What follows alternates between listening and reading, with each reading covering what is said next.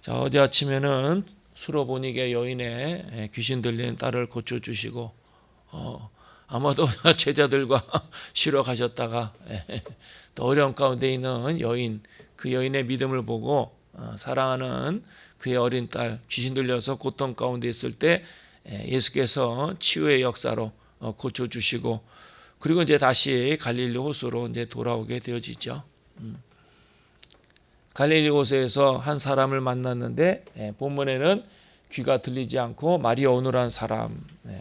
이런 사람은 어떤 사람이겠습니까? 한번 상상해 보시기 바랍니다. 우리가 항상 말씀 속에 객관적으로 바라보기도 해야 되지만은 그 말씀 속에 한번 우리가 깊이 들어가서 저와 여러분이 듣지 못하고 말이 어눌한 그런 사람이다라고 생각한다면 저와 여러분은 우리의 그 삶의 자리가 얼마나 답답하고 얼마나 괴롭고 얼마나 아프겠습니까? 듣지도 못하고 말하지 못한다는 것은 다른 인격과 소통할 수 없는 상태. 그래서 그 관계가 단절될 수밖에 없겠죠. 우리의 생각이나 감정이나 정보를 공유할 수 없고 홀로 아주 커다란 성에 둘러싸인 그 속에 홀로 고립되어져서 떨어진 것처럼 얼마나 외롭고 얼마나 답답하겠습니까? 그러니까 이제 외부와 단절된 상태에서 이제 고독하게 살아가는 사람, 사람의 위로를 받을 수가 없겠죠. 인생에 대한 어떤 커다란 비전과 목표를 마음에 품고 꿈을 꾸고 살 수 있는 그런 삶의 형편도 되지 못했다라는 거예요. 그러니까 낙심과 절망, 그저 죽지 못해 사는 거죠. 얼마나 괴롭고 슬프고 고통스러웠겠습니까? 그런데 오늘 본문에는 다른 누군가가 아마도 그 사람의 절친이었던가 관계된 사람이었겠지요.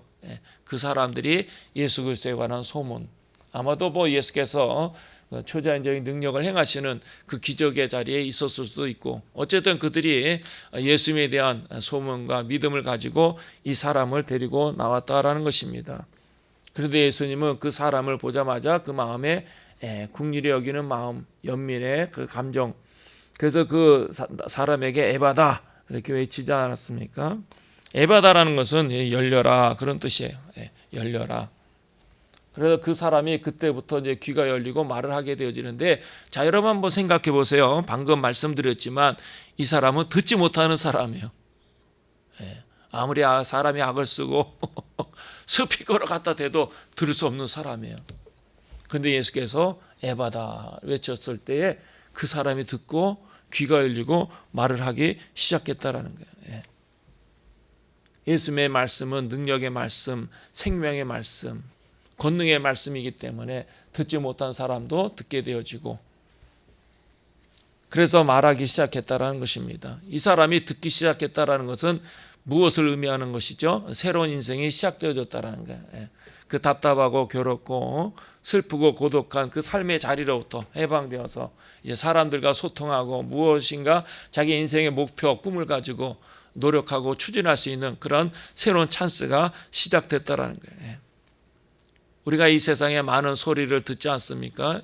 또 우리의 삶에 유익하는 삶의 정보들을 들을 수도 있겠지만 또 세상의 난리, 소문들 끊임없이 우리가 듣고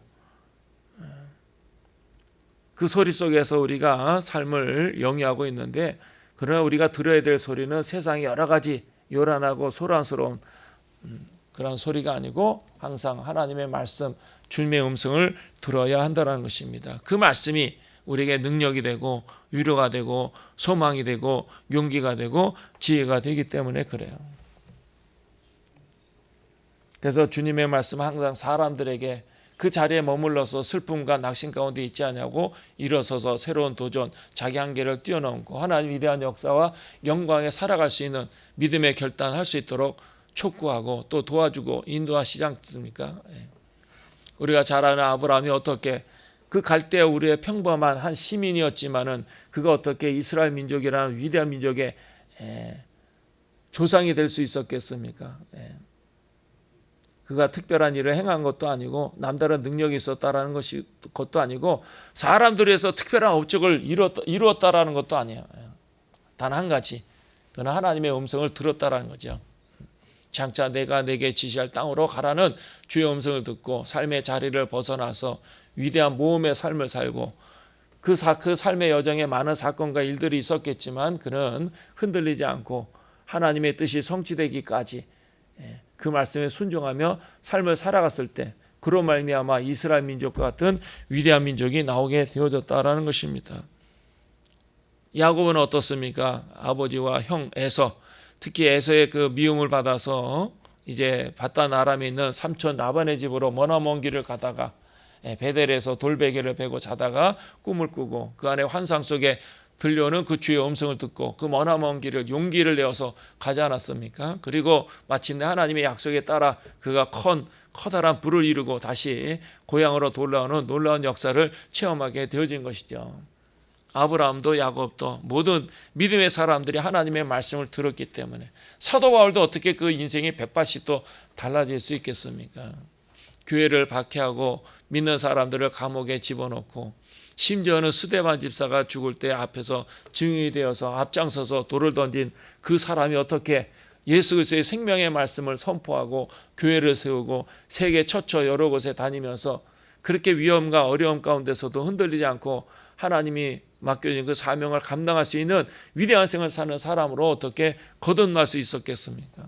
다메섹 도상에서 예수 그리스도를 전인격적으로 경험한 거예요. 다시 말씀드려서 예수께서 들려주신 주의 음성을 듣고 그 인생이 뒤집어지는 거예요.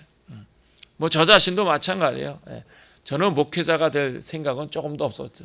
목사가 되겠다라는 어떤 그런 꿈을 가지고 제가 신학 공부하고 주의 종이 된 것은 아닙니다. 그러나 오늘날 찾아오셔서 그 주의 음성을 듣고 주님의 놀라운 사랑을 체험했기 때문에 제 자신을 내어드린 거죠. 주님의 말씀은 항상 우리에게 용기가 되고 지혜가 되고 능력이 되고 힘이 되고 소망이 되고 위로가 된다는 사실, 그걸 잊지 말아야 돼요. 예수께서 마지막 공생애를 마치고 예루살렘 십자가 지로 올라가셨을 때 마지막 이적이 뭐죠? 죽은 나사로를 살리는 거예요. 나사로야 나오너라. 한번 여러분 생각해 보세요. 죽은 자는 생명이 떠났기 때문에 들을 수가 없어요. 사람이 아무리 요란하게 막 소리를 지르고 외쳐도 거기에 반응할 수가 없죠. 여러분도 혹시 세상 생명이 떠난 사람들을 보신 적 있으십니까? 저는 뭐 늘 장례를 치르고 또 때로는 사람들의 인종을 지켜보기도 하기 때문에 사람이 생명을 떠난 그 순간은 전혀 반응이 없어요. 아주 차디찬 그러한 시신으로 팔을 들면 툭 떨어져요. 팔을 들면 툭 떨어져. 기운이 없어. 그런데 죽은 나사로가 어떻게 살아날 수 있겠습니까? 살아나서 걸어 나올 수 있었겠습니까? 주님의 말씀은 생명의 말씀이기 때문에 그 사람의 생명을 불어넣는 말씀이기 때문에 우리가 세상의 많은 소리를 듣고 이야기에 귀를 기울이고 또 소문과 여러 가지 사건들에 대해서 우리 마음과 생각을 집중할 때가 많이 있지만은 그 무엇보다도 우리가 항상 주의 음성에 귀를 기울여야 돼. 오늘도 내게 무엇을 말씀하실 것인가? 내가 붙잡아야 될 약속의 말씀이 무엇인가? 또 혹은 내가 고쳐야 될 것이 무엇인가? 포기해야 될 것은 무엇인가? 또 하나님이 나에게 무엇을 명령하실 것인가? 우리가 알지 못했던 하늘의 비밀, 영적인 세계에 관한 그런 하나님의 놀라운 역사하심이 어떠한가? 우리 마음을 집중해서 귀를 기울이면 우리에게 찾아오셔서 말씀하신다. 분명히 주의 음성을 들어요. 여름에 사모하는 마음이 있으면 기도하는 중에 주의 음성을 듣게 돼요. 저도 주님의 말씀을 듣고 주의 음성을 들었기 때문에 목회자가 되고 계속해서 이 길을 걸어가는 거죠. 그렇지 않았다면 제가 단순히 뭐 좋은 직장도 다 포기하고 이 길을 걸어가겠습니까? 이것도 안 되고 저것도 안 돼서 제가 목회자가 된 것은 아닙니다. 저도 직장생활 할 때 상사들로부터 인정을 받던 그런 사람이었어요. 그러나 그런 걸 다 포기하고 야 내가 너를 키워주려고 했는데 너 왜 그만두냐? 그래도 어쩔 수가 없어요. 주의 음성을 들었기 때문에 한 번도 아니고 여러 번 들었기 때문에 주의 음성을 날마다 들어야 돼요. 여러분 지난 시간에도 공부했지만은 그 폭풍우 속에 배가 뒤집혀지려고 많은 사람들이 아우성 치며 제자들이 공포 가운데 살려달라 살려달라 그런 외침 속에서 예수님이 주무시다가 일어나셔서 바다야 잔잔하라. 메가톤급 고요함. 그 폭풍이 아주 메가톤급으로 막 난리를 치다가 예수께서 잠잠하라 그 한 말씀에 모든 파도가 조용해지고 잠잠해지는 그 초자연적인 역사. 예수님의 말씀은 능력의 말씀, 권능의 말씀, 생명의 말씀. 여러분 아시다시피 바다가 무엇을 판단할 수 있는 존재가 아니잖아요. 생명이 없죠. 명령한다고 움직이는 그런 객체가 아니에요. 인격체가 아니에요. 바다가 이럴까 저럴까 그 말을 들어야 되나 말아야 되니까 고민하는 존재가 아니에요. 무생물이잖아요.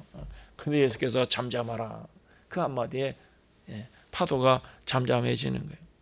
예수님의 말씀은 능력의 말씀이기 때문에 오늘 내가 주의 음성을 듣고 주의 말씀이 내 인격 깊은 곳에 자리 잡으면 그것이 힘이 되고 에너지가 되는 것뿐만 아니라 내 인생이 뒤집어지고 내 인생이 변화되는 놀라운 역사 일어나게 되어진다는 것이죠. 그래서 오늘 그 귀먹고 말이 어눌한 사람 예수께서 에바다 그렇게 외치지 않습니까? 열려라 외치지 않습니까? 그러나 정작 당사자는 귀먹어서 소리를 듣지는 못한 사람이에요. 아무리 좋은 말도 해도 듣지 못하고 또 듣지 못하면 아무것도 할 수 없죠. 그런데 그 사람의 귀가 열리고 말을 하게 되었다. 예수님의 말씀은 생명의 말씀. 오늘도 우리가 주의 말씀에 귀를 기울이고 그 말씀을 따라 살아야 돼요. 제가 성경을 읽으면서 늘 걱정이 많고 근심이 많고 젊은 날에 미래에 대한 불안 여러 가지 사건들 일을 경험하면서 제가 마음이 심약해요. 원래 심약한 지금은 좀 그렇지 않은데 어릴 때는 심약한 그런 타입이기 때문에 늘 겁이 많고 그런데 어느 날 주님이 찾아와서 두려워하지 말아라. 두려워하지 말아라. 성경에 두려워하지 말라는 말이 무려 그 비슷한 말씀까지 포함하면 365번이나 된다고 그래요.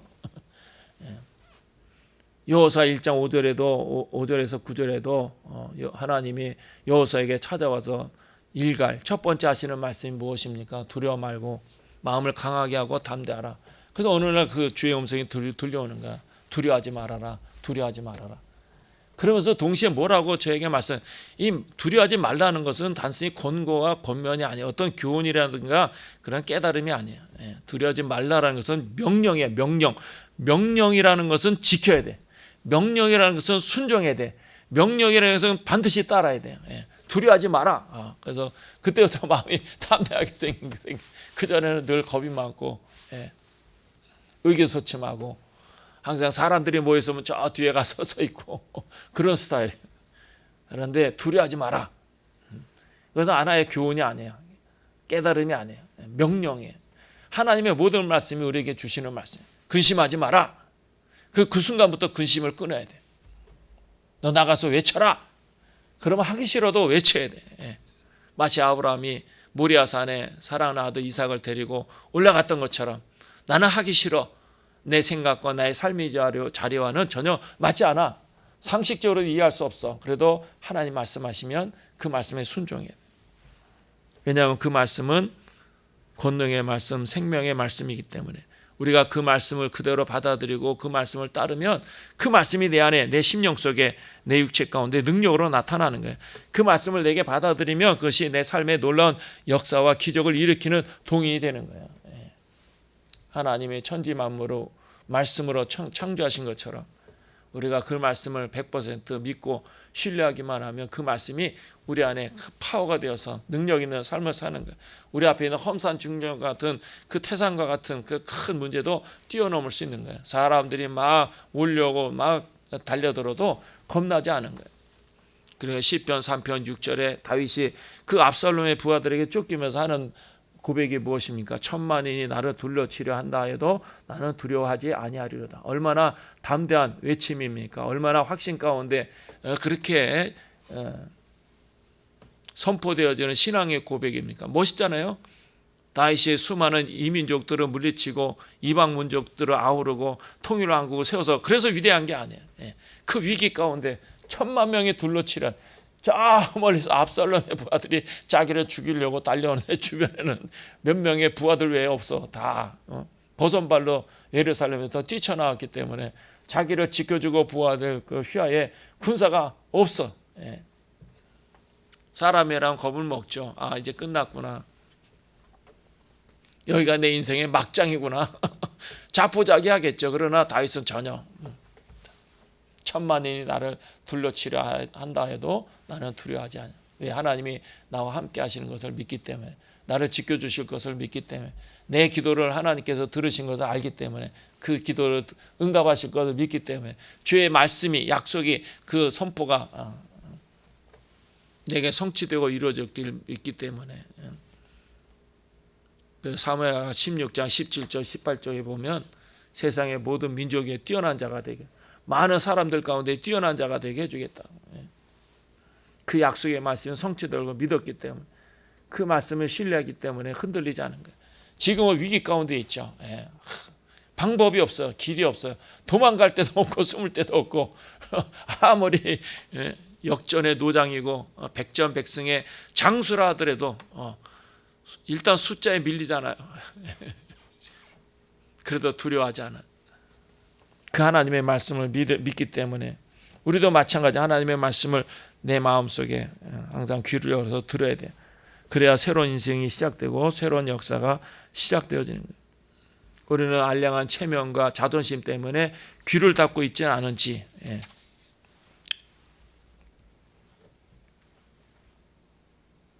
여기 34절에 보면 하늘을 우러러 탄식하며, 하늘을 우러러, 예수님은 하나님의 아들, 능력의 주님이시지 않습니까? 그럼에도 불구하고 하늘을 우러렀다라는 것은 하나님의 도움을 구하는 거죠. 사람을 고치기 전에 하나님의 도우심을 구했다. 그는 초자연적인 능력이 분명히 있었던 분이에요. 사실은 하나님의 도움이 필요 없는 분이, 유일한 분이 예수 그리스도, 우리 주님이시지 않습니까? 그래도 그는 항상 하나님의 도우심을 구하며 공생애를 사셨다라는 거예요. 우리 자신도 마찬가지. 우리가 얼마나 연약해요. 늘 쓰러지고 넘어지고 사소한 일에 근심과 걱정에 빠지고 스쳐 지나가는 말 한마디에 상처받아 절망하는 인간이잖아요. 그런데 하물며 우리가 하나님의 도움을 구하지 않는다. 어리석은 거죠. 더군다나 하나님의 일을 한다라면 항상 하나님의 도움을 구해야 돼. 그래서 어제도 말씀드렸지만 항상 겸손해야 돼. 겸손. 하나님 도와주세요. 끊임없이 도와주세요. 나를 긍휼하게 해주세요.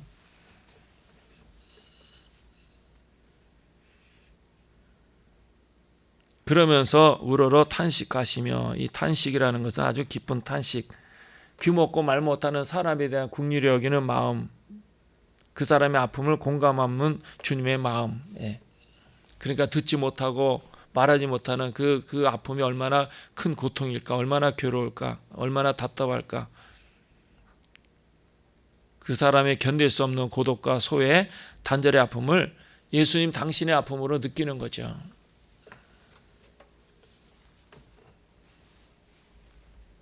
그래서 예수께서 저를 긍휼히 여기셨기 때문에 그의 귀에 손가락을 넣고